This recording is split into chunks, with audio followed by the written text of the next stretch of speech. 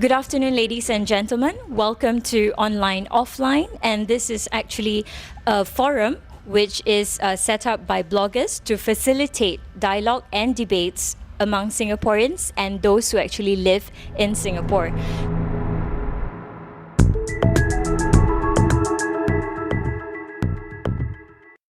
Today is our first session, and the topic is something which has been widely talked about, and it is on xenophobia.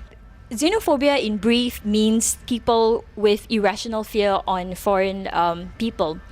And in recent times, we have actually seen so many stories online. For example, one of the NUS undergrad who actually blog and call there are more dogs than humans in Singapore. And there are also this recent, the Curry incident, as most of you are actually aware of, and the Ferrari car crash that has actually caused a lot of public debates.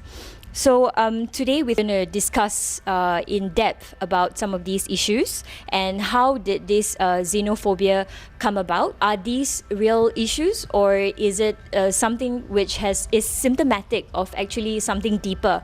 For example, like maybe Singaporeans are not too pleased with government policies. Today we are very fortunate also to speak on these issues. We have a few panelists, and here we have Mr. Zaki Muhammad, MP for Chua Chu Kang GRC, and he's here in a personal capacity.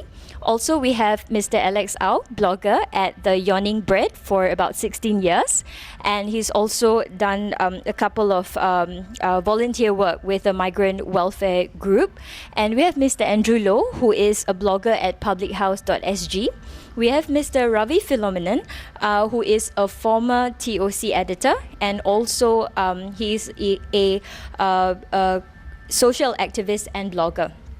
Last and not least, we have Mr. Martin C., who is a political filmmaker. His blog, Singapore Rebel, has been running since 2004, and he's been investigated for making a documentary on Dr. Chee Soon Juan, and two of his works on Said Zari and the late Dr. Lim Hock Siew remains banned by the MICA. We're also fortunate to have a group of audience who will share their views on xenophobia. Without further ado, let's begin the discussion. We're going to start the format with each of the panelists speaking about xenophobia, and subsequently, we're going to have a question and answer session. So let's begin with Mr. Zaki. Would you like to share with us, is xenophobia a real issue in Singapore? No, I was actually quite heartened when the when the members of the blogging community came forward and asked whether this was a pertinent topic that we should cover, and whether I would want to be part of it. And I thought it was certainly interesting and something that's very relevant in today's context, especially one. For me, I think as I speak to many people, I do interact, and I do interact with a lot of residents and do a lot of dialogues, and the issue of this fear of foreigners, does come around, and you can sense it, whether it's about jobs, whether it's employment, whether it's about not enough places in primary one, for example, for school education. Everyone has that certain fear, but at the same time as well, it could be symptomatic of some of these recent issues, or as you mentioned, some of these policies. But at the same time, that the manifestation is what I think what we are very concerned about, in the sense that how does it portray us as citizens, and how does it portray us as a society? So I think to a certain extent that's what concerns me most, and I hope to hear more from the group as well, afterwards on your thoughts on this issue. Thank you. Can we start with Alex? Well, I think xenophobia is an issue we really need to talk about. Why? Singapore is a small little city-state. Invariably, we're going to need to have lots of international connections. We're invariably going to depend on trade. And in the global age, migration is going to be part of life. People are going to come, people are going to go, including Singaporeans going overseas. And if as a society we are not ready to deal with the subject of the movement of people in line with trade and investment and so forth, then we're going to be real misfits in this century and beyond. And so I think it's really important we have this discussion about what our views are about people moving into our country, about our people moving out of the country, and about people moving here temporarily and then moving out again, and back and forth. So it's really important, I think, for our own, the own health of our society moving forward, that we have an honest discussion about what we think about it and what we can do about it. Can I get some views from Martin? I just want to state right off the bat that I'm not here on some high moral ground as the blogger telling other bloggers or telling the internet community to stop being xenophobic. And also to members of the press who are probably inclined to headline this event as quote-unquote bloggers take stand against xenophobia. I wish to state that this is not my purpose for coming here. My intentions for joining this discussion is really a lot more modest, which is to start an honest conversation about anti-foreigner sentiments, which we all know do exist and which we all know is increasing. Now, there are 4 reasons why I feel, well, let's get back to the definition of xenophobia. We need to fix that definition properly. Hani has mentioned irrational dislike of foreigners. It's not too far from my own definition, which is unreasonable hatred of foreigners, which means that there is room for reasonable hatred of foreigners, which does not, in this definition, be classified as xenophobia. So I think we need to be very careful when we use the word xenophobia. So what are the 4 causes of anti-foreigner sentiments in Singapore? I've outlined them from 1 to 4. Number 1 is there's a perception that there are, under the law, there is a favorable treatment to foreigners, especially rich foreigners. And this can be seen from incidents such as the 3 or 4 Caucasians who beat up a taxi driver and a bystander. And of course, the case about the Romanian diplomat. Yeah. And then number 2, people become anti-foreign. Anti-foreign sentiments arise when familiarity is being upsetted. For example, you go to a coffee shop for 20 years and then suddenly one day you go there and then the guy taking your order can't understand what you want. So I think this affects especially the senior citizens who suddenly feel that they are not familiar with this whole new influx of immigrants and foreign workers. And the third reason is a lot of Singaporeans may have loosed out to foreigners in jobs, maybe a place in the school, or maybe just a seat on the MRT, so they get fed up. And the 4th reason, I think, is the one that will cause the most dissatisfaction and create anger is the encroachment of private space. I think people are feeling somewhat invaded in their private space. For example, neighbors telling them not to cook curry because the smell is awful. This is a form of encroachment of private space, and people are getting angry. Now, all the 4 causes which I've outlined are not by itself a problem. They are a problem when it keeps repeating. So if we see a repeated pattern of the 4 causes which I've outlined, then people will start to get what I would call reasonable hatred against foreigners. So later we'll discuss more about that. Thanks. And would you like to add to that, perhaps, Andrew? Yeah. I agree with Martin, and also at the same time, just about this forum itself, it's not an anti-xenophobia movement, okay? And I hope the media will not paint it as such. It's just a discussion on the issues. For me, I think as Martin said, right, we need to understand what xenophobia is. And what is happening, for example, online. Some of these websites or comments that you see online, they may seem irrational, and therefore we paint it as xenophobic. But it may not be so. I mean, to me, I don't think xenophobia itself is a problem in Singapore. The problem is that we might be heading in that direction. Because the comments that you see, for example, online, they are not irrational. They're actually based on very rational fear, like losing your job, not being able to buy a flat. Some of the other stuff that Martin mentioned just now. So they are founded on quite rational consideration, pragmatic consideration, loss of personal space and all that. So for me, is it a problem?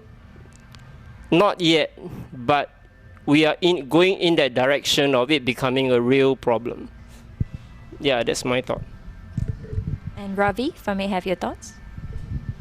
Yeah, I want to state that I am cat-cerodophobia.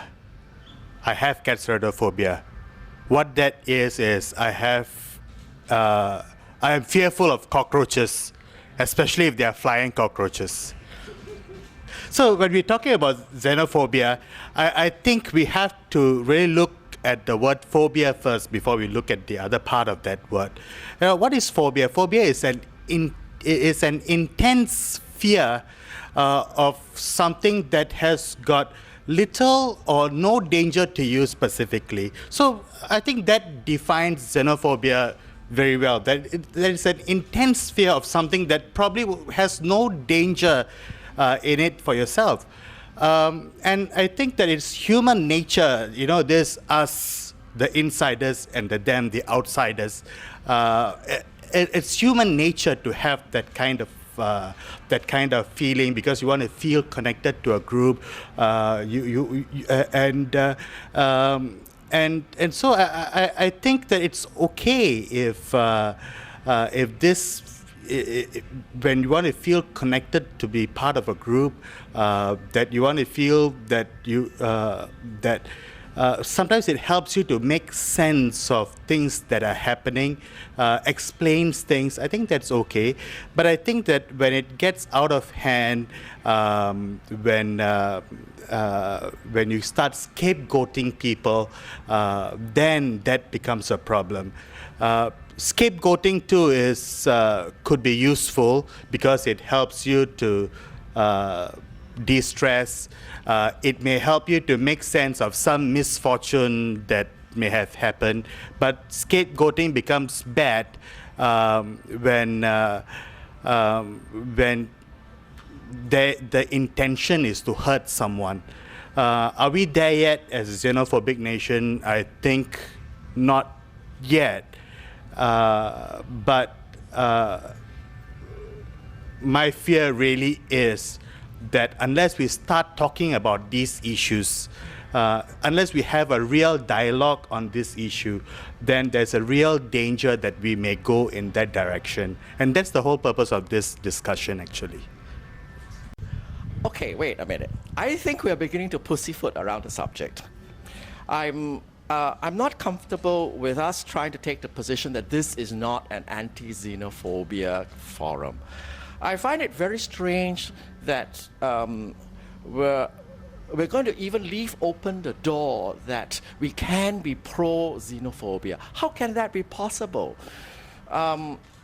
It may well be a germane question whether or not xenophobia exists, but we can't go around and say that, oh, actually, we can talk about it, but we don't need to establish a stand that we are anti-xenophobia. It's almost like saying we can talk about racism, but never establish a stand that racism is bad. We can't. I mean, nothing wrong with saying that, okay, we may not agree whether xenophobia exists, but we can hardly go around and say, even if it does exist, we're going to talk around it and be okay about it, or justify it because there are reasons.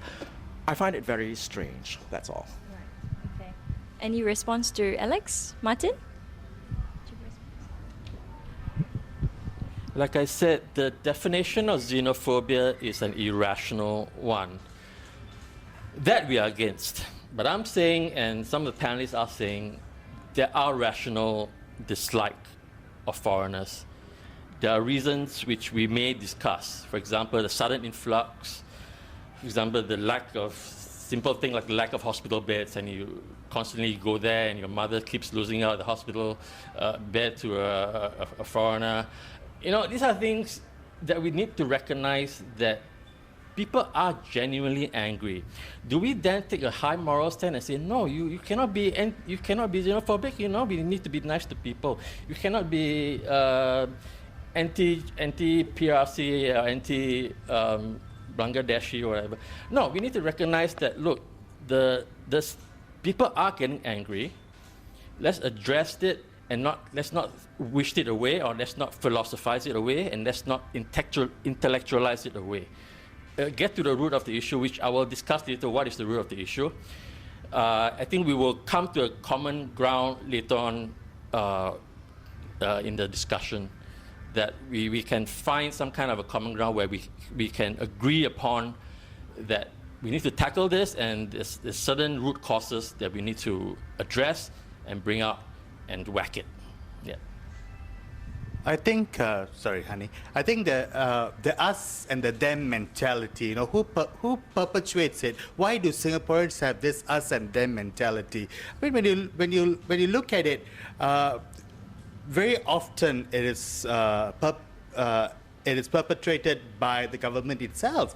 Like, for example, a well-known website is gazetted as a political association because the government felt that that website should not be influenced by foreigners. So that it's, I mean, thinking like that as well, you know, it brings a thought into the general population that this is us, this is what we do, and it is them. That's what they do.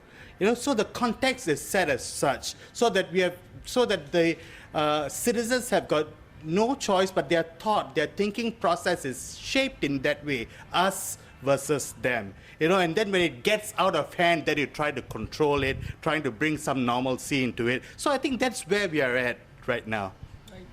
Can I just interject here? Because I think they're two different topics altogether. You know, I think on one hand, you know, we talk about, you know, the political involvement of foreigners. I think that's something that no country wants, you know, political involvement from a foreign party.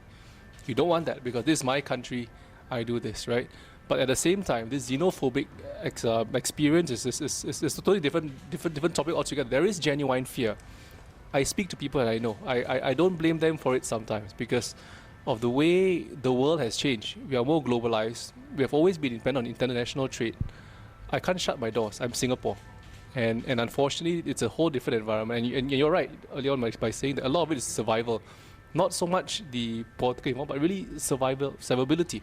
Because people are afraid of their jobs being taken. People are afraid infrastructure not sufficient. I don't have a seat on the train, for example. And these are things that I think, you know, over the last few months, you've seen a lot of policy changes with the government as well, and I think the concern then is that, you know, are we being too populist? That, you know, the business community are also thinking, hey, you know what, you guys are shutting your doors. I've heard, and this is also prevalent among the SME sector, especially who are very hurt by the tighter controls that we have over foreign workers. So to a certain sense, I think you know, there is that balance that is now a bit off, but this is something that we need to bring back to normalcy. But at the same time, you know, there may have been policies at the center of it all. But does that justify xenophobia, the irrational fear, that anti-foreigner sentiment? But like I said, and I agree with some of what, you know, some of them have said, you know, whether it's Alex, Martin, Ravi, Andrew, that there is some rational fear. In fact, sometimes, you know, among my parliamentary colleagues, I say, you know, it's very hard to convince, and I don't expect to convince someone who's lost his job to a foreigner. It's going to be very difficult because he's just lost his rice bowl. And I agree. In those kind of cases, you know, we have rational fear. But to then be anti-foreigner, does that justify? Is that the makeup of society that we want to be? I think that's the question you have to ask ourselves. All right. Zaki, if I could just quickly ask you, right, in terms of, like you mentioned infrastructure just now, And you mentioned something like, they are sort of like firefighting, to see how they can actually settle or change certain policies. Why isn't the infrastructure actually been in place first before, bringing in like, millions upon millions of people? You see, there is two things, if I have to put it simply, because one is economic, one is infrastructure. Infrastructure does not come overnight. So if you talk about MRT line, for example, a transport train, I could plan today, but it takes almost 10 years to get a train line up. So a lot of the train lines that you see today, like Circle Line that's being opened, the Northwest line, and some of the downtown line that's coming up, all they come up 2015, 2012, 2013. You got to backtrack, you got to go back and project. It's probably 10 years ago that we projected this. However, we cannot wait because of economic conditions, whether we have to bring in foreign investment or not. Unfortunately, in the 08-09, we were facing a financial downturn. If you notice, Singapore was probably one of those who are most stable in terms of economic, in terms of the economic state, health in that sense. And the reason was because we had to bring as much investment as we could, bring in jobs to ensure that Singaporeans have food to eat, families have food. And you look at our unemployment rate today, we are still one of the lowest in terms of unemployment among all OECD countries. But that's also because we had to bring in some of these investments, or the opportunity existed because Europe and US were down, Asia was growing. So why not Singapore be the hub? Because if I don't capitalize on it now, when an investor comes into a country, they typically stay there for 20, 30 years. There's no way I can catch it in the next 5, 10 years. They're already invested, they will not come here. So if, for example, Shell or Exxon decides to uproot out of Singapore, I lose the business forever for the next 20, 30 years. I will not see it back because they invested somewhere else, they have certain returns to come back. It will not come back. And if I lose 3,000, 5,000 jobs, that's 3,000, 5,000 families each time a company leaves. I can't live with that. If you have handled families who have lost jobs, who have had breadwinners lose jobs, it's not easy for them. So therefore, to me, I think it's always about Singaporeans' jobs, because there is a knock-on impact. But having said that, so some of these things do happen, and you can't foresee whether downturn happens or not within a 10-year time frame or 15-year time frame. But yes, there is certain impact. There are certain things that we're trying to reverse at this point. Housing is the other one. I think we're trying to do that, and I think you can see the supply coming on stream. So these are some of these things that we are trying to unwind. But I do agree, if there is certain discomfort and a lot more in your face, I mean, it's something that Causes, there are many. Because when you bring in 2 million people, it's not just infrastructure. It trickles down all the way, So what you end up with is not just physical discomfort, but also mentally you're stressed.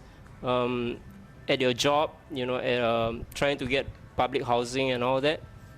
So I think it's quite clear that the cause of these negative sentiments towards foreigners is government policy, and it's your immigration and foreign labor policy.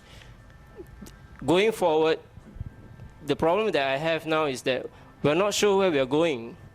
Are we going to remain, at this level of number of foreigners, or is there even plans to increase the number of foreigners? What is the job market like? What is the projection for your labor force?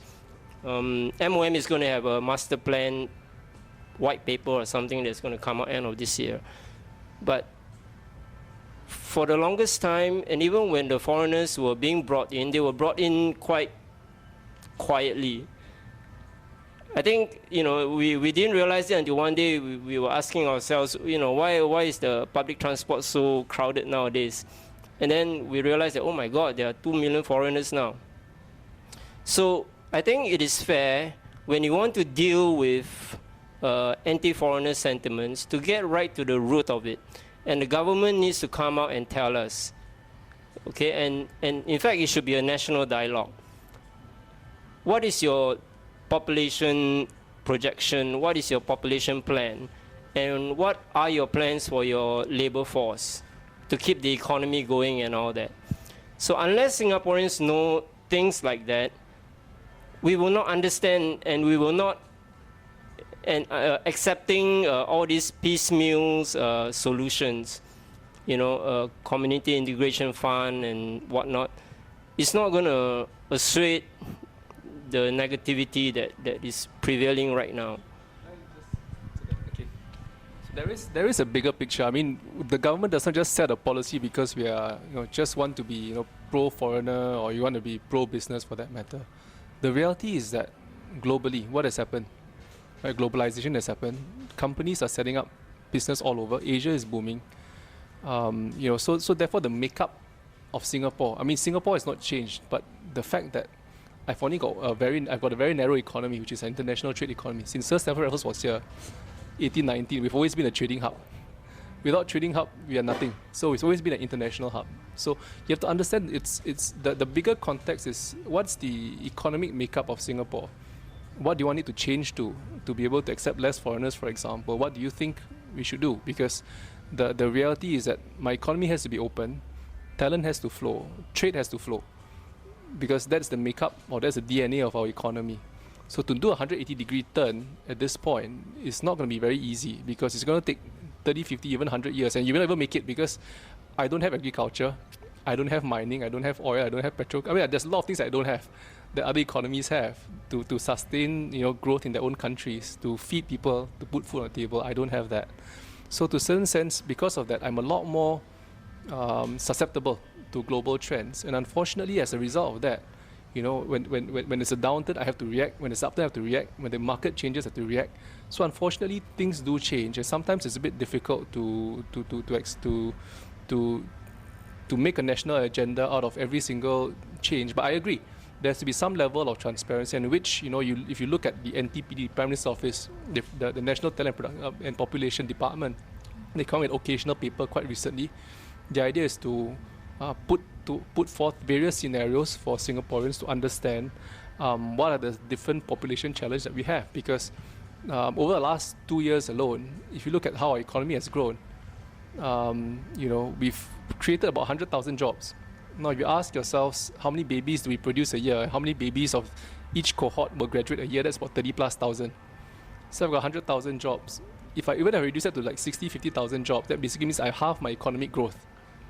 Right? And if I halve my economic growth, I still need foreigners. So unfortunately, either A, I increase my population, my local population, which is why there's a lot of talk about the fertility rates of Singaporeans, or I have to find a way to balance or reduce my economic growth such that I accommodate less foreigners.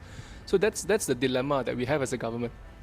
It's not a question of whether I'm pro-foreigner or pro-business in that matter, but it's really about economic survival. Our business makeup, our Singapore's DNA. Do I want to change that DNA today? I think that's a bigger question we're going to ask ourselves, because the world operates in a different way today. I think that thanks Zakid for that bit, but we also have to ask ourselves who this economic growth is for. So I think someone asked that quite recently, and Zaki also pointed to Stamford Raffles, how we have always been a trading hub. But when we look at the last 50 years from our independence, Singapore has not always been an open country. I remember it was very difficult to get your permanent residence in Singapore until the mid-90s, where most of our foreign workers were all Malaysians, and then it was the immigration policies were relaxed, and the 2000s it was relaxed even further, and now what we have, what is the main problems? I see three problems. One is schism, where there are factions. Today we have a little Yangon in Boon Lay Place. We have a little Manila in Joo Chiat. So we have enclaves of people in different parts of the island. There is no proper dialogue. There's no proper communication. So there is schisms. That's the first problem that you have. For something like xenophobia to erupt and to become a real problem. The second reason that I see is ignorance. For Sun Tzu to come out and say that there are lots of gangster uncles, it's ignorance. Basically, it's ignorance. That's a major problem. And the third issue that I see is that the stress level of the people, because of all these things that have been adding up, these are the major problems that contribute towards these heightened feelings against the foreigners, against the immigrants? Yeah, let's be honest about this. In my point of view, and I think it's the point of view of many people, we bring in foreigners for two reasons, two kinds of foreigners. One type of foreigners to bring in because they're cheap to hire. Depressed wages, so it keeps corporations running, it keeps companies afloat. Second type of foreigners we want, or the government wants, are the rich ones who come in with their money, invest, put in our banks, raise our GDP. All right, let's be honest about that. Unless there are contrary views, I'd like to hear that. Now, let's have a proper perspective. Singaporeans have never been anti-foreign. Let's get it straight. All right, we've always welcomed foreigners, as far as I know. Now, the only people, ironically, who are anti-foreign is the PAP government, especially when it comes to so-called quote-unquote interference on domestic politics. All right, this is what I'm under investigation for. I'm under investigation for conducting a indoor forum which had featured 2 foreign MPs. This is where the PAP gets very, cagey. Oh, you can come in here, you can run our companies, you can sit on our board of National Wage Council, but you cannot interfere in our politics by talking about ISA. This is irony from the PAP. Now, why are we sitting here talking about anti-foreign sentiments when I just told you that Singaporeans historically have never been anti-foreign? I think we all agree or recognize that a threshold has somehow been breached, right? Singaporeans are not born xenophobic. We are not born racist. No one is. We benefited from free trade. So, but why are people suddenly not happy now? So has some kind of a social threshold has been breached? So we need to recognize this. And are these causes reasonable or unreasonable? So I've talked about the reasonable hatred. Now, let's address the unreasonable hatred which do exist. For example, the Ferrari incident. A lot of people use that as that incident to fan hatred against rich foreigners. A lot of people use 1 or 2 incidents of PRC drivers running over pedestrians, use that as some kind of a campaign to fan hatred against all SBS drivers or something like that, right? People use isolated incidents to stoke xenophobic sentiments. This is something is happening, and we need to recognize it. Now, the reason why I'm not standing on a high moral ground is this. I will be the first to admit that I too have some anti-foreign sentiments. It comes up involuntarily when I'm on the MRT train jostling for space. It just involuntarily comes out, shit man, why are these people coming here? I wish they go back to their own country. It comes up. And I check myself every time it comes up because I don't want it to transform into a xenophobic sentiment. I check myself and say, shit, this is not right, this is not right. I should welcome them, they're humans, and they have a fair shot at income as well, at our job as well. So, and then from a Singaporean's point of view, there are a lot of things that the common man needs to take care of. His family, he needs to go to work. And then suddenly, he needs to put up additional annoyances of crowded trains, of losing stuff to foreigners, losing jobs to foreigners. So these are additional annoyances that Singaporeans are feeling right now, on top of all the other things to make ends meet and all that stuff. So I think this is where the unhappiness is coming from. So what do? The only thing they can do is go on the net and start venting. And then when they start venting, they'll use isolated incidents like the Ferrari incident or whatever, use that to stoke even more anti-foreigner sentiments. And if you're not careful, it will transform into irrational dislike, which is xenophobia. I think we are at a critical juncture right now. Looking at some of the online comments these days, yeah, it's quite scary. Yeah. And like I say, I'll be the first to admit that the seed has been planted somewhere inside me that it may just burst. And I've been living in Singapore all my life. I've been educated here. I've not stayed overseas for any period of time. So I can feel the tension rising. So this is something that we need to to watch out for. Yeah, we'll come back to government policies later. Sometimes we just have to accept so many new foreigners because that's an economic opportunity for us to grab. I think as a society, we have to make a choice, you know. Do we want a 20 million people economy on this island when we only have 3.5 million? Should we then forego that 20 million economy? Let's be happy with a 5 million economy and have, well, 5 million people. Cut it, leave it at that. Secondly, you can still have economic growth without having to constantly increase population growth. I know it's very hard sometimes to grow per capita productivity, but I think Tan Jise has demonstrated in a recent blog post that there are other small countries around the world that have shown economic growth of fairly respectable percentage points even as the population shrank. So we can well have foreign investments. They don't necessarily have to come hand in hand with population growth because it depends on what kind of investments. Surely, you know, when you bring in a process industry like, petrochemicals or pharmaceuticals, those are not really high labor industries, right? So I think that it can be a far more nuanced discussion. I hope you agree with me. I totally agree. I mean, in the sense that, in terms of the economic makeup, that's something within our control. And that's why, to a certain sense, that's where the discussion now is, from the population perspective, right? That's why we're putting up all these scenario papers, right? To say, you know what, do we want to be a 7 mil, 6 mil, 5 mil, and what's the rough projection? What's the impact? I think it is a cause and effect situation where, I could go with various scenarios and tell Singaporeans, you know what, you want a lower growth cap. What that could also mean is that when some of the young ones graduate, they may not have jobs, but we are willing to live with that. Or we have to narrow down our economy further. But I don't think that should be, like I said, it depends on how you want to play this. Then the second is what kind of opportunities can I make in this region? Is my region booming or am I the only one carrying?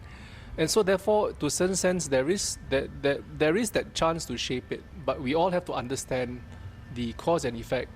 I'm not going to say whether certain things will happen or can happen because it's not something that we can predict, but it's something that we will try to plan for, right? But I don't think it'll be a 20 mil number. Like I said, I don't think the island can hold 20 mil for that matter. So to a certain sense, there has to be a multi-pronged approach. Your local population has to grow. Your local population has to also start to thrive. Otherwise, we end up shrinking. But it's all theoretical. To a certain sense that, you see, if I make that decision, right, we all have to live with it because if we make the wrong one, the government also takes the hit in the long term as well. So again, it's these choices that we have to make, where to some extent I think this time around we have to bring the population on board to say, you know what, these are the 3 or 4 scenarios that we could take, and let's discuss, as you say. But Zaki, just a very short one, sorry, honey. Zaki, I think this is what's going to piss people off. That every time we are going to discuss options, it is being placed before the people as do or die option. You either take this or you sacrifice this and all your good life will just simply crash. I don't think we should present it that way. That's not the way I meant to present. I'm just saying that these are scenarios that you have to accept. Sorry. Okay, so sorry. That's not but that's not the way I want to present. In a sense that yes, there are options, right? Because I'm not an economics expert, So I'm just saying that there are implications. Whether you reduce the population, there has to be an impact. It cannot be that there is no impact. The reality is there cannot be. I work in the private sector, and I know if you tell the companies, you cut your population by half, you cut your workforce by half, they're going to say no go. Either I pull out or I stay. So I deal with businesses all the time. So I know how they think. To a certain sense, they run a lot of the jobs in the economy. So unfortunately, there is an impact. So in fact, even for the foreign labor workforce, two key sectors will probably be hit the most in terms of the reductions of the foreign worker workforce, which is retail, F&B.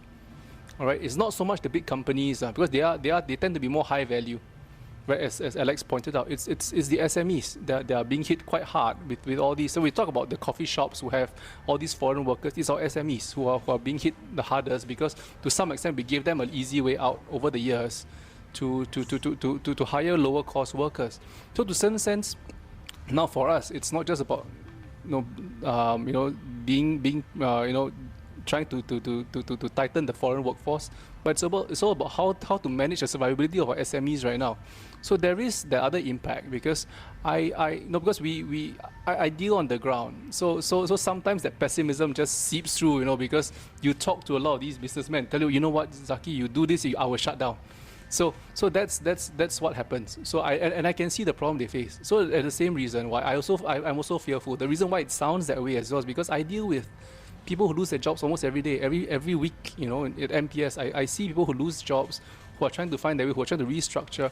So when you deal with such the message and the fear of seeing Singaporeans unemployed is very real, and that's something I want to avoid. So to a certain sense, yes, although it sounds as though it's a do or die situation, it's always a die. I would always like to try to be an optimist and say, let's find that and let's see how we can grow local businesses and so forth. And that's something we will continue to do, because I always ask myself, can I groom local CEOs who can helm some of our big companies here? We can. I'm an optimist in that respect. I'm an optimist to see, can I groom some of our local talents to hold some of these positions? I don't need to do so many foreigners. Yes, we can.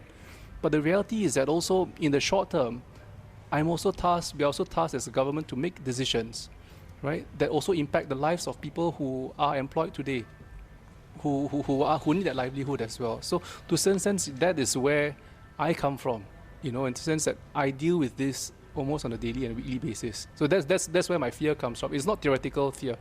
It's that rational fear, and that's why I say, based on what I speak to Singaporeans, yes, there is rational fear, and I don't blame them for it, because of the way the world works, because of the way the policies work, and unfortunately, that's how it's become. But I hope that the irrational fear in people does not just translate into this anti-foreigner sentiment that we don't want to be associated with. So I think to some extent I do agree with Alex. There is that possibility, there is that thing that we got to look at in terms of what that plan is, and I think we have to be consultative with the population in terms of what that plan should be and what the makeup would be.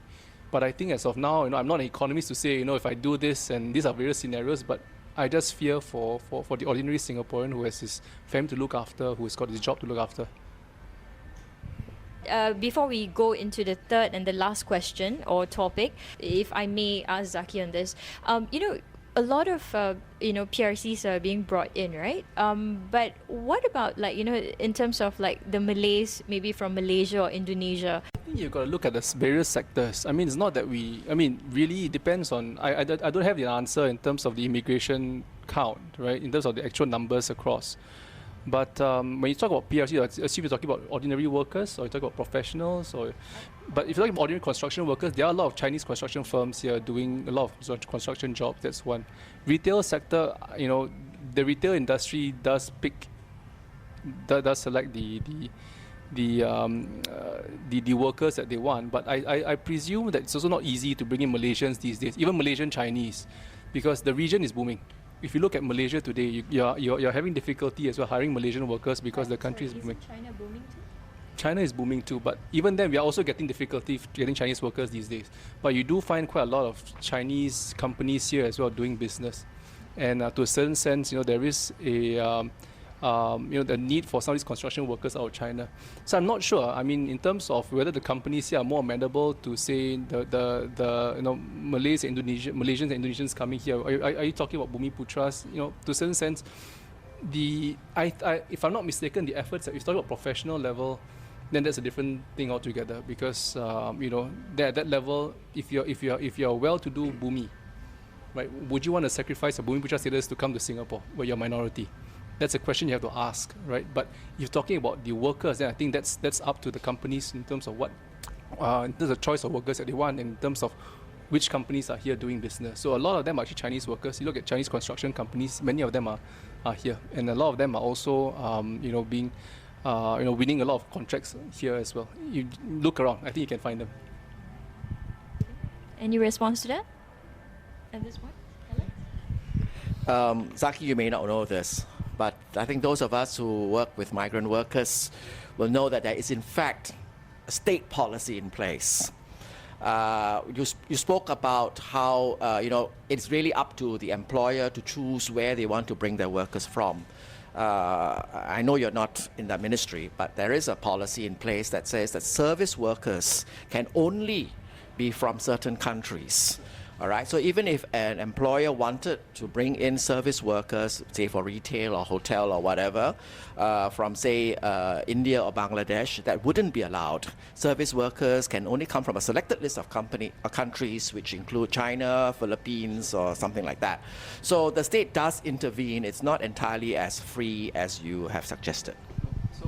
So that's what I was asking in terms of which sector or which level you are talking about. So I was talking about the construction, the working and professional. So she's talking about service. Yes, there are, right? I don't have an answer, like I said, in terms I don't run the ministry. So in terms of what the numbers are, what the proportions are, I don't have that. But like I said, what if you're talking about why Malaysia, Indonesia, then if it's a Malay issue, then like I said, the efforts have been made before. But if you're really doing well as a Bumi Putra and your various in Malaysia, Indonesia, the odds of them coming over, there are some Malay PRs from Malaysia and Indonesia who are here. But to a certain sense, would they want to fully convert to Singapore? It's another question altogether because, again, you are Bumi Putra status. Would you want to give it up to become a minority in Singapore? That's a question you have to ask, and it's a practical reason. So I don't blame them. But on a construction level, yes, like I said, so it depends on sector. Different sectors have got different allocations as well, to the best of my knowledge. So services is one, but there is certain allocation as well. But that's at the whole general level. At the company level, they make the application and they draw on the national quota. So the quota is set at a national level rather than yes, I agree with you to some sense, but that wasn't raised earlier in terms of services sector or which sector. So there is different quotas for different sectors. I think going forward, to be honest with you, I'm not really sure. For the same reasons that I mentioned earlier, because we're not really sure where Singapore is going as a country. You notice that in the discussion so far, a lot of it is focused on the economy. So it seems like everything is subsumed under how to prop up the economy, how to prop up the GDP growth and all that. That's not unreasonable, because if there's no economic growth, there's no jobs and you can't feed your families. It's as simple as that. But should everything be considered that way? Because you may have your GDP growth, but at the same time you can see the stratification of your society, right? We all can feel it. Social issues, income gap and all that, wealth distribution. Even when you go to your hawker center, when your child registers for schools and all. So there are consequences. The government will say, well, there are trade-offs. Do you want economic growth or do you not want it? It's black and white. But it's not that black and white. I mean, it's not a black and white issue, because you may have your economic growth, but your society is going to fall apart. So what's the point of having economic growth, right? So there needs to be a balance, which is, at the end of the day, this is the question that we have to answer. What sort of balance do we want? Because we also don't want a situation where there is no economic growth, right? At the same time, we also don't want 2 million foreigners here. So where is that sweet spot? It's very hard. So how do we move forward? I think we need to have a lot more information from the government. People need to speak up, and generally I think we just need to have a clearer vision of where we are headed, instead of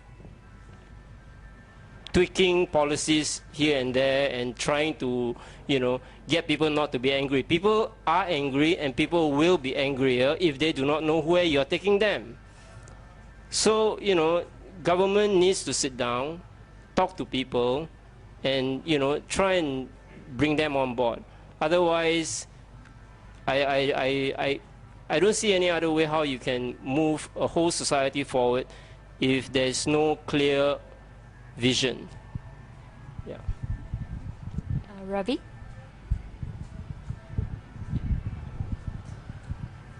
I think going forward, people do feel real lack. Singaporeans do feel real lack in housing options, lack in employment opportunities,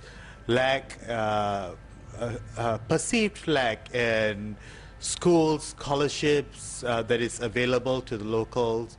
So at different levels, they are feeling this, like they're not able to, that they don't have enough. And of course, in recent years, I think the government has thought about this, and there's been this integration councils and PA and all that. But I feel that that's not enough. I feel that you need to take a more holistic view of assimilation. You need to look at housing, transportation, employment, and schooling opportunities in a more holistic way. And you need to ensure that assimilation happens, not just the Singaporeans having to assimilate with the foreigners, but the foreigners wanting to assimilate with the local population as well. That's a very important component as well that I feel. And the government itself and the community leaders, may they be the MNCs or the SMEs, helping in this assimilation process. Everybody has got a part to play in this assimilation process. And unless we take a holistic view of this assimilation process, it'll be very difficult going forward and trying to have more recent conversations on xenophobia.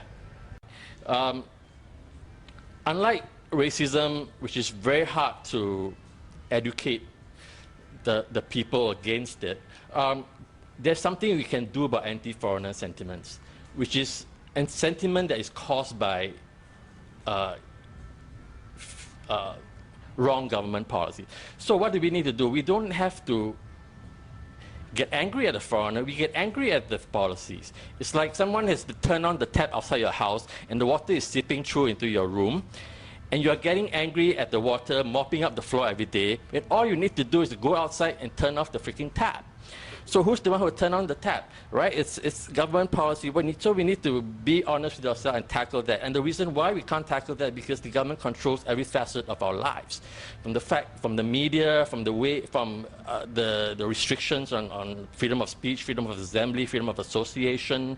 I couldn't even apply for a permit to hold an anti-racism rally in Speaker's Corner because the police denied me the permit. So if Singaporeans are not allowed to be honest and speak out about things like that, of course they will bash the ones that's vulnerable, and the ones that's vulnerable are their Indian or Bangladeshi neighbors, or their foreigners on an MRT on the street.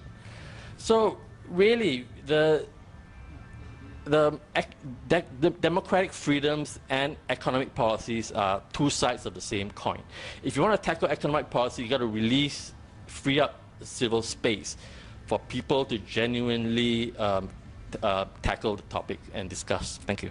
Let's go down to the crux of the matter. Have the policies changed? The answer is yes. So the way we've been talking, or the discussion I've been hearing, is as though nothing has changed. But realistically, have I put the whole basis on economic GDP growth? I have not. I've always said it's about people, it's about livelihoods, it's about how we set up society. It's never been about just economy, right? There are multiple facets, whether it's trying to integrate, whether it's development of our society and so forth. It is multifaceted.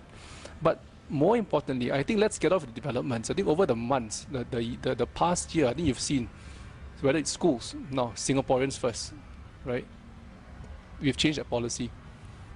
Even HDB, for example, the quota basically was set in place not because we wanted to consciously make a place, to make it difficult for people, but because we didn't want enclaves. Because if you look at how enclaves set up, it is very easy to set up. I mean, you can have a whole estate full of, for example, Indians or Malays, because it's very comfortable for us to group ourselves with others who are of the same culture.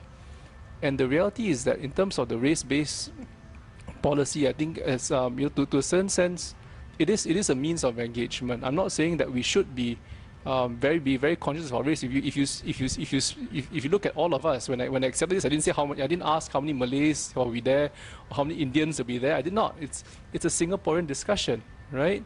But the reality is that, this morning I was at Geylang Market, doing a campaign for Malay Language Month, and I can tell you a lot of the the older Singaporeans are still very conscious. They'll say, hey, you know what, good that you're bringing this back, because we feel that Singaporeans becoming too English, too modern for them, that they feel like they're losing out. So to some sense, yes, there is that need, but whether will it be relevant in future is a different question altogether. But to some sense, yes, there are some of these policies where over time they will change. It's just like our transport system, we're addressing it. Communities of inquiries have been done. There are things that we're changing. Foreign workers, are we tightening them? Yes. The businesses are crying out loud. I think if you speak to Kurt from SME, you can tell a lot of SMEs are making noise because they are the ones hurt the most, because they are the ones who employ a lot of these low-cost foreign workers as well. So they are impacted quite severely. Right? So to a certain sense, yes, the policies have changed. So let's get off the rhetoric that nothing has changed, because a lot of things have. In terms of transparency, a lot of these data are online. So I recommend that you also, follow some of the government announcements, because a lot of these data are released every quarterly as well, right? Not just economic data, but also the population data as well as the workforce data. Thank you.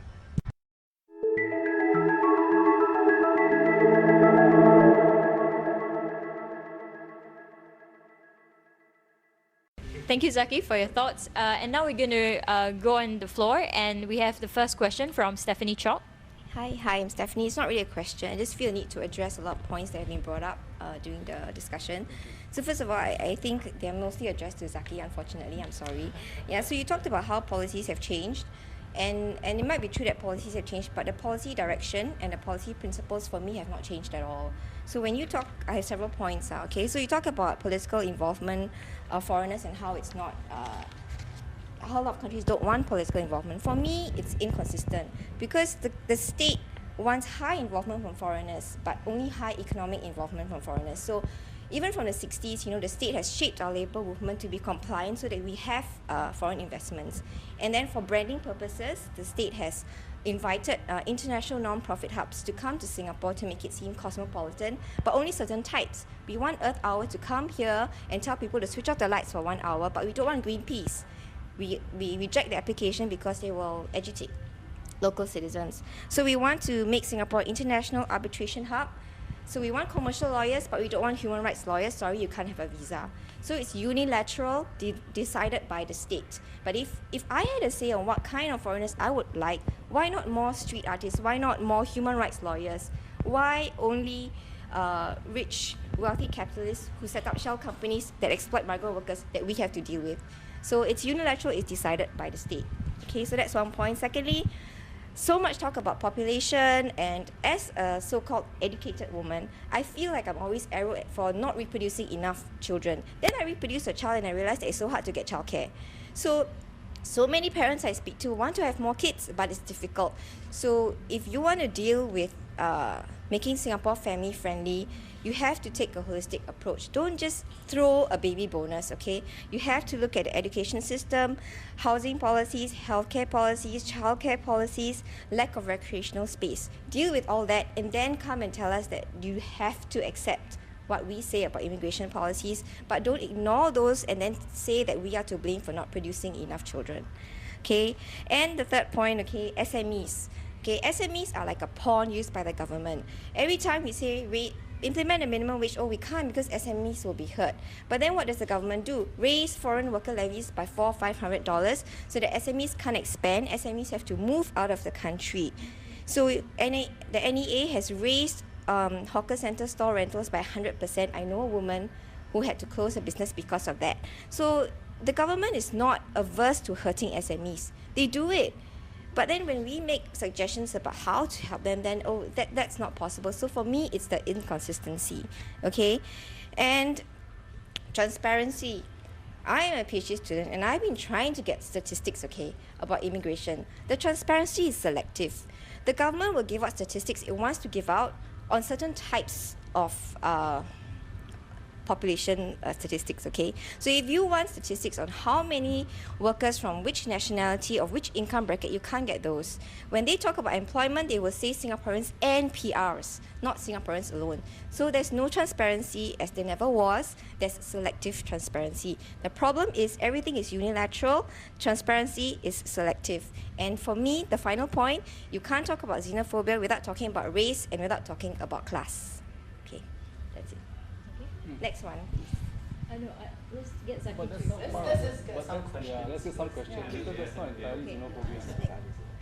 Anyone behind this? I have several questions. Okay, the first one is about the ethnicity. Firstly, a comment. I think it's not a bad thing that we are ethnic conscious. I don't think that we can get rid of ethnicity in Singapore life, because when you come to language, then what language would be the Singaporean language? I don't think we should do away with that. However, I do wish to take a certain issue with the. You said that some people won't come here to become minorities, or Malays won't come here to become minorities. That begs two questions. Raises 2 points for me. Firstly, what is then bad about being a minority in Singapore? I mean, then we have to answer that question. That there is that difference. Secondly, is that if you look at the immigration statistics, I think the statistics for Indian migrants are like 20%, which shows that there is no. I mean, they don't have any problem being a minority in Singapore. So why is it about being a Malay minority in Singapore, which there is something about being about that?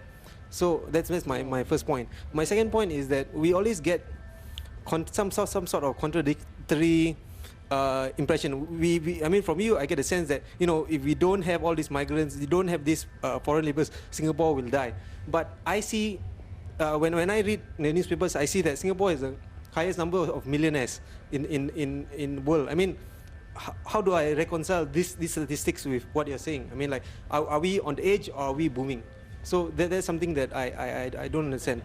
The third part is, I think Andrew mentioned about where we are heading. I think there is also another question of who we are. I mean, because one of the facts is that one of the things is that we always sort of other, because we don't know who we are, so we define ourselves against them. So and I think one of the problem is that we've always been defined as our economic capacities, and we find that other people can fulfill these economic capacities better than us, whether they are richer than us or they're poorer than us, they're better than us. So a lot of the discourse on what is a Singaporean often falls to national service, which I do not think should be the crux of Singaporean identity. I mean, like, how central should we make national service to our Singaporean identity? Because people always say that, oh yeah, we've done this is the forging of identity, but surely there is more to become being a Singaporean than just national service. Okay, that's it. Thanks. Hi, I'm Shekhar. Well, I disagree with one of the points, like, Singaporeans are not born xenophobic. I guess, like, we all are xenophobic, and it's natural. If you're not xenophobic, is something wrong with us. The moment there's a threat, we need to show our displeasure. We need to show some signs of, like, oh, I'm being threatened, I need to do something about it. So we have to be xenophobic. What the thing is that, like, we don't have to go to extremes, like being neo-Nazis or far right, and we start hitting people, resorting to violence and stuff like that. Well, I just anybody can answer that question. It's like if you see the growth model, it's very easy to explain. Like, we needed more manpower to maintain certain level of the growth. Now, Singapore has got a finite resources when you talk about the land mass, when you talk about the population and stuff like that. So that model is always going to be wrong. You can't continue for the next 25 years your growth model solely dependent on immigration. So I feel, there were points of discussion where, government policy. Who is government? It's all of us. What have we done? Have we done anything about researching about the productivity? Have we done about creating new jobs and employment so that I can hire 10 more fellow Singaporeans? We haven't done. We blame the government, but it's ourselves have to be blamed too. So many things that are happening in Singapore are not defensible. You say bringing in foreigners because of economic reasons. I suspect it is more than that. Economic and political reasons. That explains why you have so many PRC and Northern Indians that come lately to Singapore, so much so that the percentage of the Malay population has gone down to 13.5%. Is this just a coincidence? You may think I'm bashing the PRCs. I'm the curry girl. I had the curry event. So follow Mr. Jufri, right? His name, Mr. Jufri's. Like, I have this to say. I'm not xenophobic, please. I have Indian, Malay, Bangladeshi friends, blah, blah, blah. And see, basically I'm a Peranakan. I speak Baba Patois and English at home. What I don't like is, it's fine for Singapore to take in a lot of immigrants, blah, blah, blah, but following is, Mr. Lee Kuan Yew is also playing the race factor. He is. He says that to top up the Chinese population, blah, blah, blah, fine. But the thing is, why the emphasis on China itself? To make it very fast, this whole topic on xenophobia is like, there's so many immigrants coming here. The thing is, how do I put it? This basically the whole thing is about us and the Chinese. We're not being irrational when we target the Chinese. This is because their cultural norms, their mindset is so different from us. You see, let me expound on this. They come, I've done research on this. Okay, I've got how you say that, friendships and all that. I've come across this PRC people. Actually, it's wrong to call them PRCs. They are Chinese people.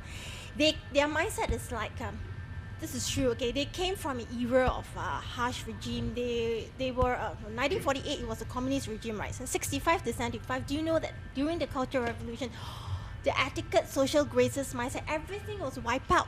So what you have is this very brutal mindset, and that when they come here, they clash with us culturally and socially. They're backward, like, in a way. I'm not targeting them because of they're humans, yes, but yeah. But when they come here, they don't gel with us. They come by the hundreds of thousands. And because of that numbers, it is very easy for them not to assimilate or integrate with us. So the government has to come up with more integration programs and not say, hey, you Singaporeans, all of you are xenophobic, always talking about the Chinese, this and that, you know what I mean?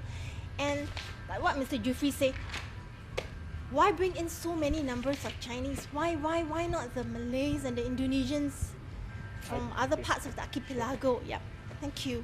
I don't have, like I said, I can't give you statistics nor the operational details because I don't run the government, I don't run the ministry. Right? You have to ask the Minister for Home Affairs himself or the Prime Minister. So, but what I can say is that as a Singaporean, yes, sometimes even when I handle cases involving whether it's a dispute with a foreigner and so forth, it's not unnatural to feel a bit xenophobic to a certain sense. I go pro-Singapore. I was born here. I don't have some foreign, property that I can run to. My whole family is here. I'm like you. We all feel the same way. As a Malay minority, I feel the same way too. Right? Whether my population goes down, if it goes down to 6%, yes, I'll be very concerned. Right? But I think to a certain sense, what I can say is that yes, we have committed. I think, there was a commitment made that we will try to keep the ratios as far as possible. Yes, it's dropped to 13%, but it was never 20+%. It was in the 15-16% range. But yes, we are trying to hold it there. And that's why even in recent times, we've changed quite a bit, but I can't give you the statistics because I don't run the ministry. All right, so I don't know enough to be able to give you a plausible answer without contradicting myself. So I think for now, I think what I'll do is I'll skip the statistics. But in essence, I don't think the government is perfect. We've never said we're perfect, but to a certain sense, as with every government, we do the best we can with the kind of policies that we create. Some of it had unintended consequence, right? Well, some of it, perhaps, we'll try to help the SMEs, but at the same time, impacted some. But again, like I said, look at it from sector to sector. That's why even now we're saying, let's look at the way we handle SMEs sector by sector because each sector has different needs. So, for example, when we had all the, the tightening of foreign workers, we knew that, that only certain sectors were harder hit than others. But for that same reason, because they are the ones who also benefited from a lot of this low cost regime of having flow of foreigners. So it is not a one-size-fits-all policy.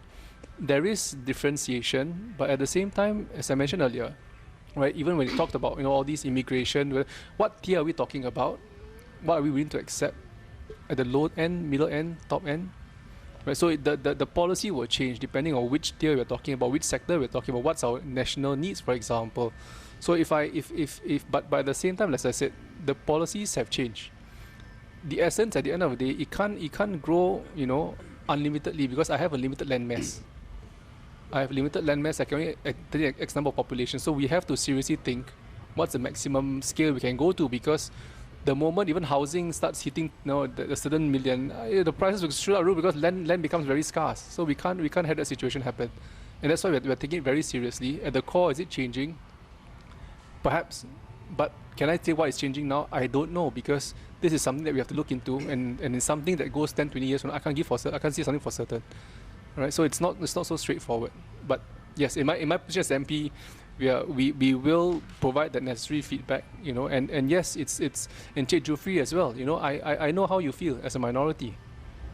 I'm very concerned about this discussion so far, because we're still talking in terms of CMIO. I mean, what percentage of M, what percentage of I, and so forth.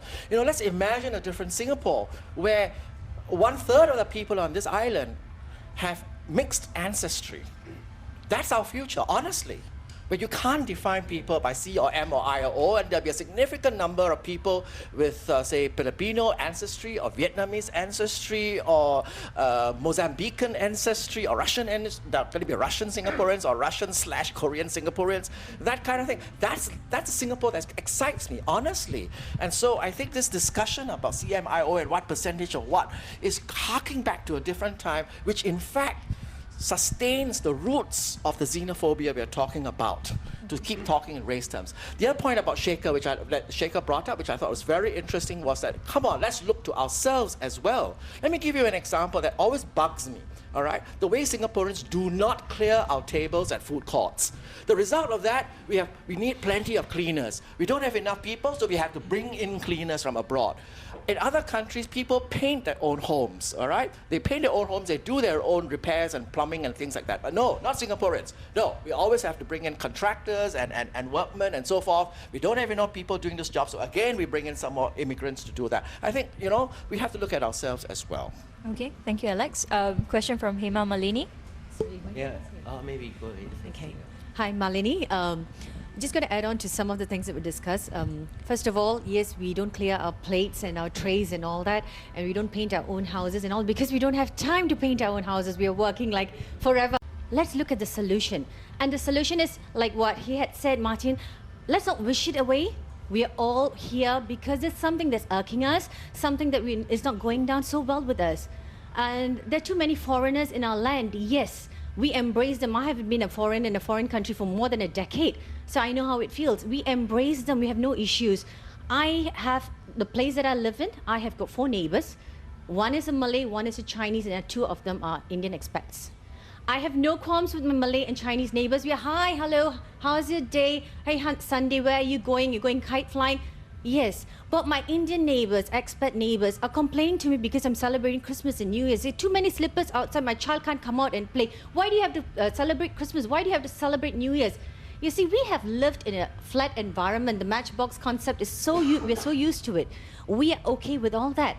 And with all these Indians, Malay, others, and all that, we are fine. We are what we call Singaporeans. At the end of the day, we are happy to come back home. But these people, when they come in, they don't assimilate with us. They come in with their own ideologies. I have written to the Prime Minister's office saying that we need to have an assimilation program. The Indians have to be told, we have banned chewing gum. Can we ban the prams from the shopping centers, please? Really? So what we are saying here is there is an issue. We just want you to feed back to the government that there is an issue. The Singaporeans at large are not really happy about what's happening. Yes, we need the economic development and all, but we need to know what are the measures that's going to be taken by the government to curb this problem, right? Thanks. I totally agree with you. I mean, I've never said no, in a sense that we know that it's a assimilation problem, and that's why, to a certain sense, I'm happy to champion some of these things, because to a certain sense, if you speak to many Singaporeans, the reason why we turn out like this is, it's like 20 years of maturity as a nation. So it is come through 20, 30 years, 40 years plus of maturity as we built the nation. But over the last 20 years, there's a lot of campaigns and, speak good English and so forth. So we end up as such. So to a certain sense, it'll be courtesy campaign and so forth, right? So we've gone through that, and perhaps we may need measures where as part of this integration, it's more assimilation than integration, perhaps in terms of Singapore norms, what to do, what not to do, for example. I do get a lot of complaints as well in terms of people taking bicycles and totally just riding on the pavement and so forth. So we are aware, but the question then is that how do we move it from here, and as Singaporeans, what can we also do to smoothen this process? I totally agree with you on this aspect. I think that there is that need, but yes, it's never just about economic growth now. I mean, as I said, there is a finite amount of land mass that we have, amount of resources that we have. Yes, there was a bit of spurt over the last 3-4 years, as I mentioned, because the world was not doing well, and we needed it for survival's sake rather than anything else. But now, I think now that we're a bit more stable, I think we can afford to look at, and I think that's where NTPD is doing it. As I mentioned earlier on, the measures are there, the intent is there. I mean, it's not been fully rolled out, but as you can see from the occasional paper and so forth, they are putting forth various scenarios. How it pans out, I'm not sure, but it is something that I think as Singaporeans, let's get involved and discuss. I mean, I think they're more than happy to engage Singaporeans now that scenarios are put out. These are it. If there are Singaporeans who could potentially come up with other scenarios and say, hey, your scenario 1, 2, 3, 4 is not so feasible. Alex might say, I have a scenario 5 for you. This is how you want to develop the economy, and this is how you balance it. Let's keep it at 5 million, and that's I think we are open to hear, because we are not just the only ones with the ideas. The only ones with the bright sparks. There, more Singaporeans today are more. As I can see, my esteemed doctors down here, PhDs here, they are well educated as well, and they may have certain ideas that we could adopt, right? We may not be perfect, we may not have full control of all ideas, but yes, great to hear from you. All right. We'll take a question from Kai Kun. I think many people have forgotten that I'm actually a historian by training, because I've always been commenting on Korean pop, YouTube videos and things like that. In fact, I should be going for one of the K-pop groove dance competition later. Not as a participant. I'm too old for that, unfortunately. Just to sort of give you a sense of history. From first census in the 1820s of 20 over 1,000 people in the island of Singapore to 1939 of 750 or towards 800,000 people. This is the kind of growth in population of Singapore in general. So you're talking about 100 over years from before it reached about 800,000. That's a very long time. And the whole Peninsular Malaya, or they call British Malaya at that time, the population actually rose ever since Penang was founded. The census were taken to the eve of the Second World War. It was about 1 to 5 million people. So, and in the 60s, in post-colonial Singapore, you're talking about a more moderate increase in just the local population between 2 to 400,000 per decade. But in just the past few years, you witness a historic surge, a surge that perhaps is similar in scale in 1949 when people swamped over to Hong Kong and Taiwan. So you're talking about this sort of infrastructure that has to take the number of people there, and that I think historically Singaporeans, the word xenophobia hasn't been around that much, because the British had problems not with each group fighting each other, but among the Chinese secret societies. The Hokkiens were fighting the Teochews most of the time, and I think that the kind of racial issues were not that significant, until the Japanese made it worse by playing the race card, which was continued subsequently by nationalists from different angles. So I think in general, I think we have been doing pretty well in terms of the kind of xenophobic indicators, perhaps. So this is, given the kind of surge that we have experienced, the kind of reactions are not surprising, and in fact, they are actually quite muted compared to what other countries are experiencing. Britain experienced the same situation as us. They decide to outsource all their factories to China. The white working classes were completely disenfranchised. They took their violence upon people who looked different, like me. I was also affected by it, but I never really blamed them for it. So we're talking about also that Singapore operated a kind of immigration society, immigrant society, and relying on global connectivity since history. Yes, that's right. Since the Paleolithic age, we have always been globalized. You know, that explains why people could cross over the Bering Straits to America. But the British mentality operated on an El Dorado colonial economic system. And El Dorado means a frontier economy. Anyone can come here and make money. When there's a problem, the British colonial officials retreated to Fort Canning Hill. You know, when the secret societies fought among themselves, you know, if you have only 200 Sikh policemen, you couldn't like manage these Chinese gangs. You know, so, but we are talking about Singapore in the era of a nation state. So, what sort of living arrangements do we want? What sort of identity do we want? Do we want an El Dorado, you know, or do we want a nation state where people have a certain sense of belonging and identity, not as a transient or airport transit, like Changi Airport is a great place, you know, but it's not a home, you know. And maybe just back to some issues like SME, food and beverage productivities. This is how the sad part of history repeats itself. The British had 200,000 allied soldiers defending Malaya and Singapore. It took the Japanese 33,000 men to finish them off in 2 months, in which only like 15,000 were fighting men. 60 years later, in the same yakitori store, if you go to Osaka, Kyoto, and Japanese city, they are actually run by very cute, three or four cute Japanese boys, you know, very good food that is made, you know. But if you look at Singapore, go to Sergiri Road, for example, it's run by 12 grumpy people. A mixture of foreigners and you have that occasional old Singapore auntie who's just clearing dishes, you know, but the young ones are made. They employ people who look young, not because they need them, but because they want a youthful face. So this is something of a productivity, and this is something that I find that we are not preparing for aging as well. We want immigrants because we believe that people like us, when we grow old, we are a burden to the state. But the idea of active aging is not that. The idea of like how do you utilize your older workers to actually continue working, you know. In a very ageist political economy here, which I think that is a huge problem to begin with. I think Alex has asked me to talk about perhaps like national service. You know, this is one point that I would not valorize national service. I think that our foreign workers domestic workers have a harder life than many of our NS boys. Make no illusions about it. At least our NS boys can go home every weekend. They can complain to the MP when the officers are not treating them well. But we have a situation coming back to race as well.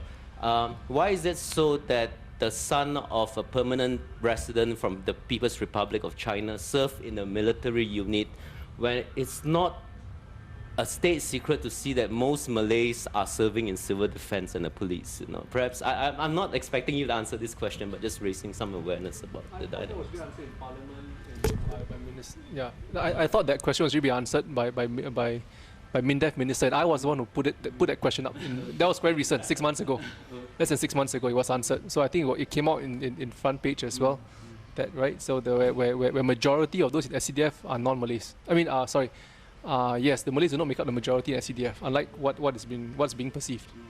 Right? And that every time the SCDF comes to my place, you know, around my neighborhood, which is quite problematic in Budon Pasir, not because it was opposition, but because there are a lot of poor people there, you know. True. Yeah. But the reality is that, you see, like I said, I feel for the community. So to a certain sense, like I said, that's why I put it up last budget, and one of the most important sessions in Parliament, budget, you know, we put it up. And I put it up for that same reason, just to get assurance from MINDEF that, you know, this is the situation, one. Two, that, you know, if you look over time, has there been relaxations? Yes. Are there more Malays serving in more sensitive units? Yes. So as long as the trend goes that way, we will reach a point where, you know, there is where we want to be. Right? But the moment it retracts, and that's something I'll be concerned with as well. No, so we watch the trend as well. I don't think that in general, I don't feel that Singaporeans are afraid of that kind of change. You know, it's just that we feel disempowered to influence the country towards a vision of a changing city that we want. You know, so we don't have a stake, I feel. So if we say that we want slower growth, for example, then we are presented with so many reasons why this is not possible. You know, if I say that I want my child to grow up in a country where there's more green space, I'll be told so many reasons why this is not possible. If I say I want my child to grow up in a country where he can be a tradesperson or a horticulturalist and still earn a decent wage and raise a family, I'll be told so many reasons why this is not possible. Okay, so I'm not afraid of change because I know change is coming. That is what I think scares most parents. We know change is coming, but we feel disempowered to influence that change, you know. And if I have a lot of friends who are not Singaporeans as well. I even know a PR who has done national service but has been consistently denied citizenship in Singapore because of I suspect because of his nationality and also because he doesn't earn enough money. So he works in a hospital in Singapore, in a public hospital. He earns less than 1,500 a month. First of all, I think it's a disgrace that he works in a public hospital and earns less than 1,500. Secondly, he has already served national service, but he has frequently been denied citizenship. When he goes, I think the person actually feels sorry for him and kind of hinted, I think it's because your salary is kind of low. Maybe you try again. Even though she kept saying officially, I can't tell you the reason why. So I would really like him to be a citizen. He wants to be a citizen. He served NS. He does a lot of community work and he's very concerned about civil society in Singapore. But he is a person that our state doesn't allow in. So I'm not concerned about him becoming a citizen and being part of the fabric of a changing face of Singapore. You know, yeah. Okay. Fadli, a quick one. Okay, Then we're going to go back to the others who haven't asked. Yeah. Two quick points. Number one, Alex was saying that this what we are saying just now was a bit about the old discourse, but it's not that we want to say it's the old discourse. It's the policy. So once the policy of immigration changes from whatever it is now to a more point policy, then we can move on. Then we can. If not, we have to keep on saying this. So that's one point. The second point is I hope people will talk about today is that of profiling. And this is something I notice, especially when I go to MRTs. I see, for example, some Bangladeshi workers when they come out of the MRT, they get surrounded by the guards, the MRT guards, and they get questioned, and this disturbs me quite a bit. And I think this should be stopped. I mean, and this is xenophobia, and this is it's profiling. So I mean, that is something that I think has not come out today. Okay, thank you, Fadli. And we have a question from Kurt Wee. I was overseas when I was invited for this event, and I travel extensively. I'm out of Singapore at least half the week every week. And when I was invited for this subject, I asked myself a very simple question: what is Singapore? I have to ask myself, what is Singapore, right? And I came up with a very simple answer. Singapore is nasi lemak, Southeast Asian, multicultural, mix of races, The Singapore Pledge we've been reciting in school days since we're young. And what is so Singaporean that's so simple, right? And I felt that Singaporeans inherently, we're not racist. We've actually gotten along on a multicultural basis very well. And that also partly was fostered by national education and policy. Okay? And if you look at the xenophobic phenomenon that's going on right now, the Chinese Singaporean have a problem with the mainland Chinese. The Indian Singaporean have a problem with the foreign Indians. So that's not being racist, right? Absolutely, that's not being racist at all. The Indians are very pissed off that the Indian caste system mentality gets imported into Singapore. So the Chinese are pissed off because you've got this suddenly you got this manners problem, this loud speaking, rude, and they cut queue. When I'm in China, for example, if I'm crossing from Macau to PRC to Zhuhai, and very often you get these guys that cuts the queue, right? You know what I do? I shout at them like I'm a big gangster, because that's the way you have to behave there. You see? So I don't think we're racist, okay? But I think the problem stems from cultural differences. And if you have don't look at it like race, you look at Malay, Chinese as a cultural class, what we did was we imported a new cultural class, but the problem is that we imported it by too big an extent in too short a span of time. Okay? And of course, we have the government policy to blame, of course. But you know, I'm not sure we are kidding ourselves by saying that, oh, we need to do a national assimilation program. I think we're kidding ourselves. You know why? Because they're too big a class already. And when you import too big a class, you don't integrate them anymore.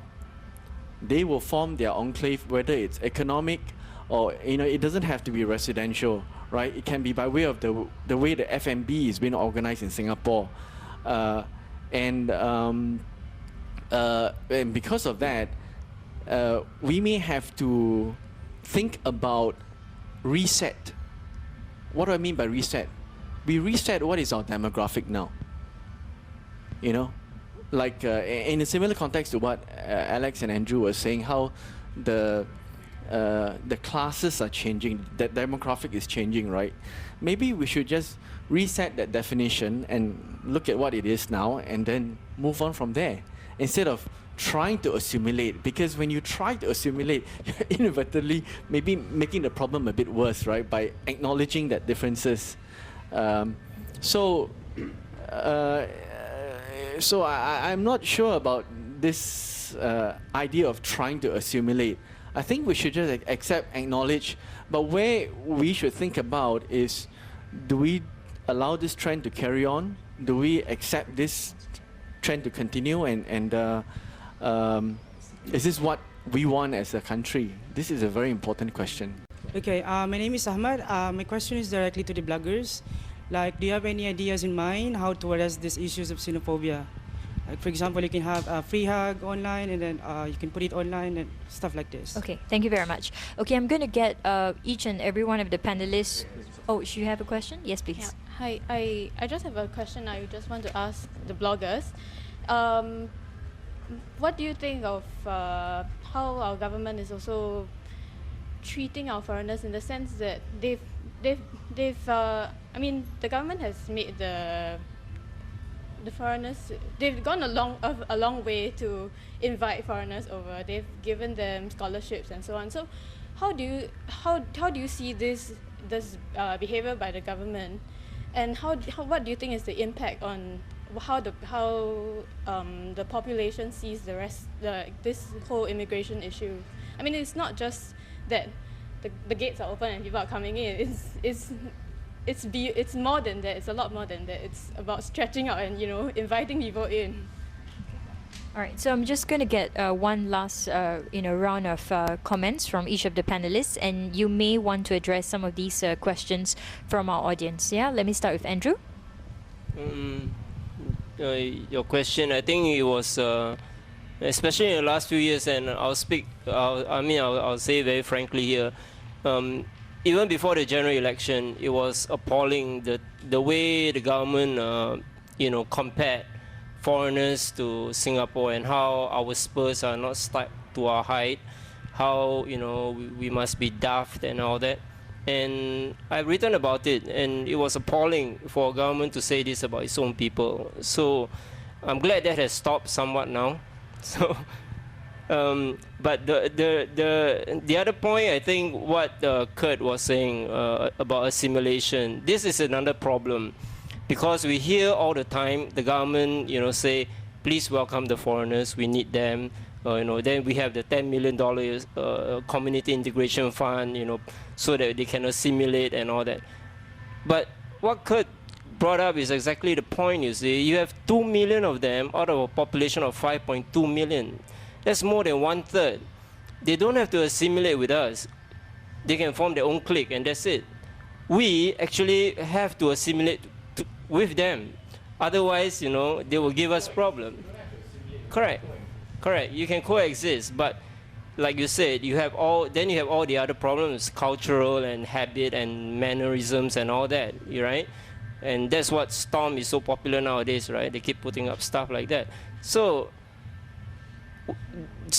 I don't think you can urge people to assimilate when there are so many of them, and you don't talk about the numbers. What are you going to do with the numbers?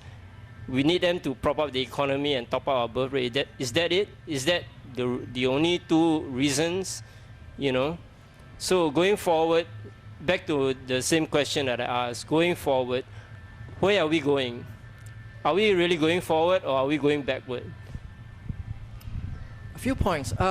Kurt, you know, it's interesting that you're saying that the numbers are now so large that there's really nothing we can do and we just have to carry on.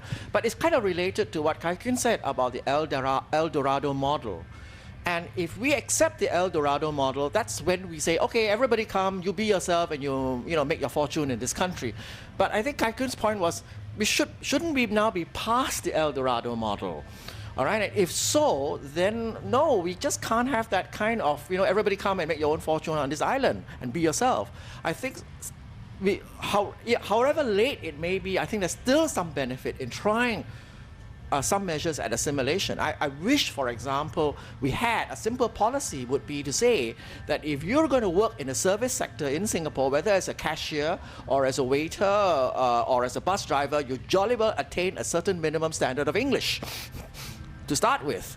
All right, I wish we had that, and I wish we can consider seriously having some minimum standards before integration, before allowing a person to be here in Singapore. Now, I also wouldn't be so blithe and say that, okay, we are not racist after all, because I too made exactly the same observation that Fadli made, that at the MRT stations, there is racial profiling, or let's call it national origin profiling.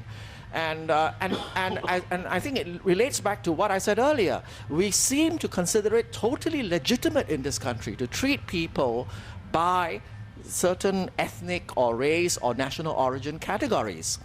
I think maybe it is natural, as Shekha said, that's our natural reaction as human beings. But as human beings, I think, especially as a society with an effective government, we can take certain measures that can dampen these natural human instincts, and I wish we take them more seriously.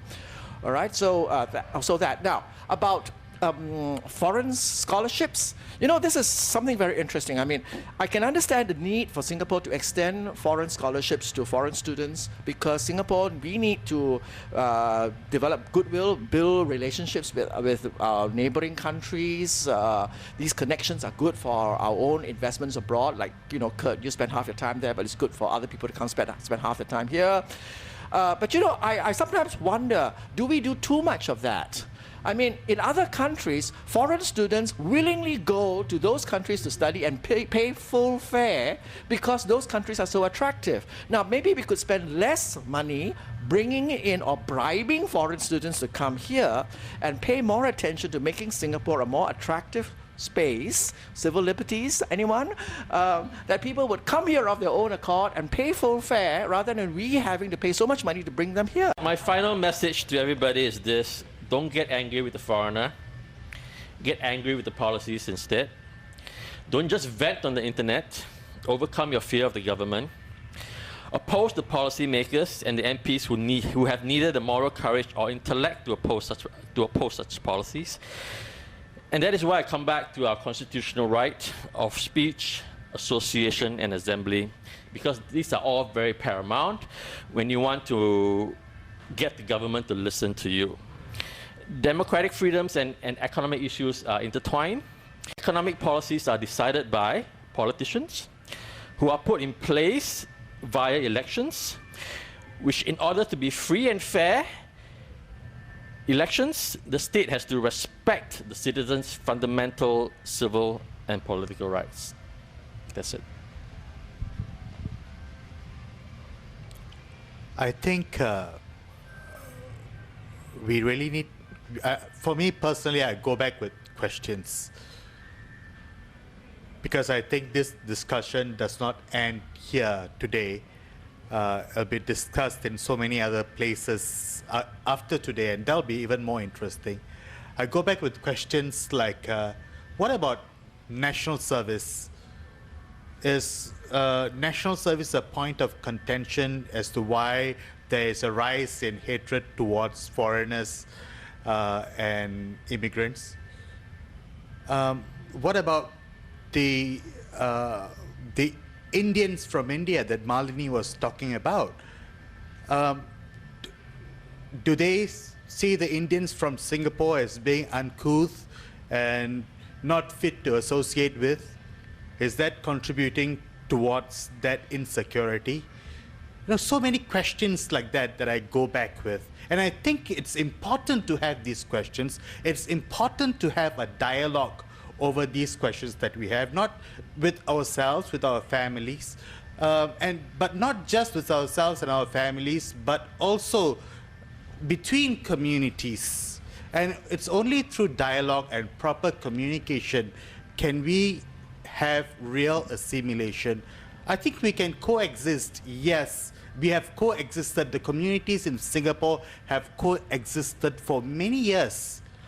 The Chinese have lived on their own. The Indians have lived on their own. The Malays and the others, whatever that mean, have lived on their own.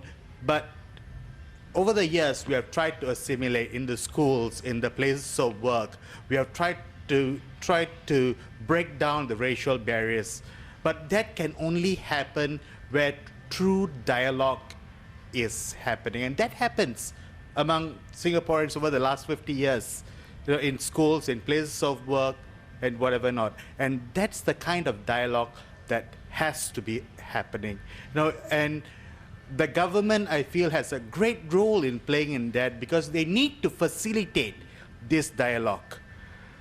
Because the common man, or the organizations that are working with the migrant workers, their resources are limited. The resources of the government is vast. So they need to use these resources to facilitate this commission, this conversation. That's my request. Okay, so I think there's quite a lot of talk, I think, in terms of a lot of good points that's being raised in terms of the the kind of issues that we're facing and what's troubling us. And I agree, we're not perfect, but really when we talked about economic development, just to round up, it was really about the people.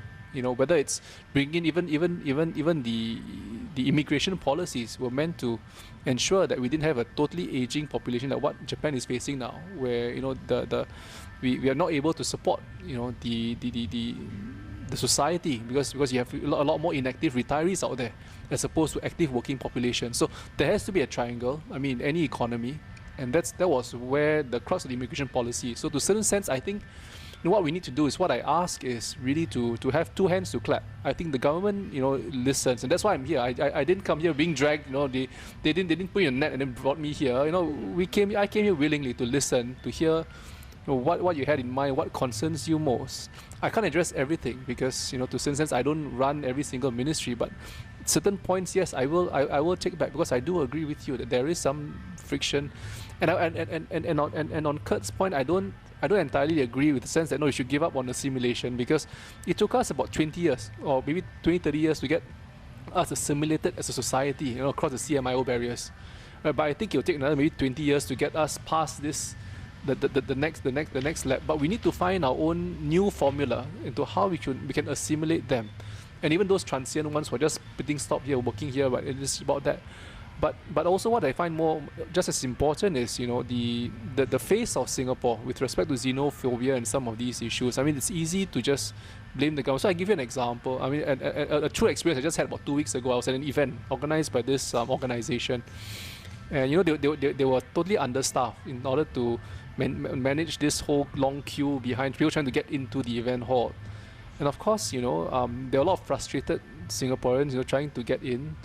But I had, I saw a lady come up to the reception area, knowing that they were understaffed. And ask, do you, of course there were a lot of Singaporeans complaining before that, right? How come you guys never, cater to enough reception people? How many of us are coming here? There's a lot of complaints and blaming the organizers. You guys are just making money off, us and all that. But there was a lady who came out and says, what, ma'am, I was just wondering if you need any help, because I'm here to help you if you need any help. So, I'm happy to just step in if you tell me what you need me to do. So the question I had, I saw two faces of Singapore, and which one do you want to be? That's the question. That's what struck me, and that's the question I want to ask. Which one do you want to be? Do you want to step forward and say, hey, let's be part of this. Let's discuss. And I'm glad the bloggers came on today to put that discussion forth. First step, and that's where I think the awareness will come in, and that's where we want to move the community forward. So as for policies, yes, some of them have changed, some of them have moved. You will not see the results immediately because realistically, there are 2 million of them out here. You can't send them all away. All of a sudden, your cleaners will disappear, your waitresses will disappear, and all that.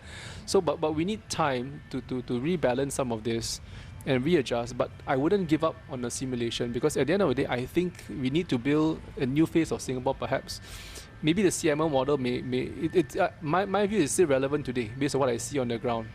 But maybe in the next generation or so, it could be one generation away, maybe two, but maybe one generation away, that we all see ourselves differently. So I hope that we both have seen the various facets of Singapore, and we take one that we can be more proactive and work together. Right? Thanks so much. Thank you, Zaki.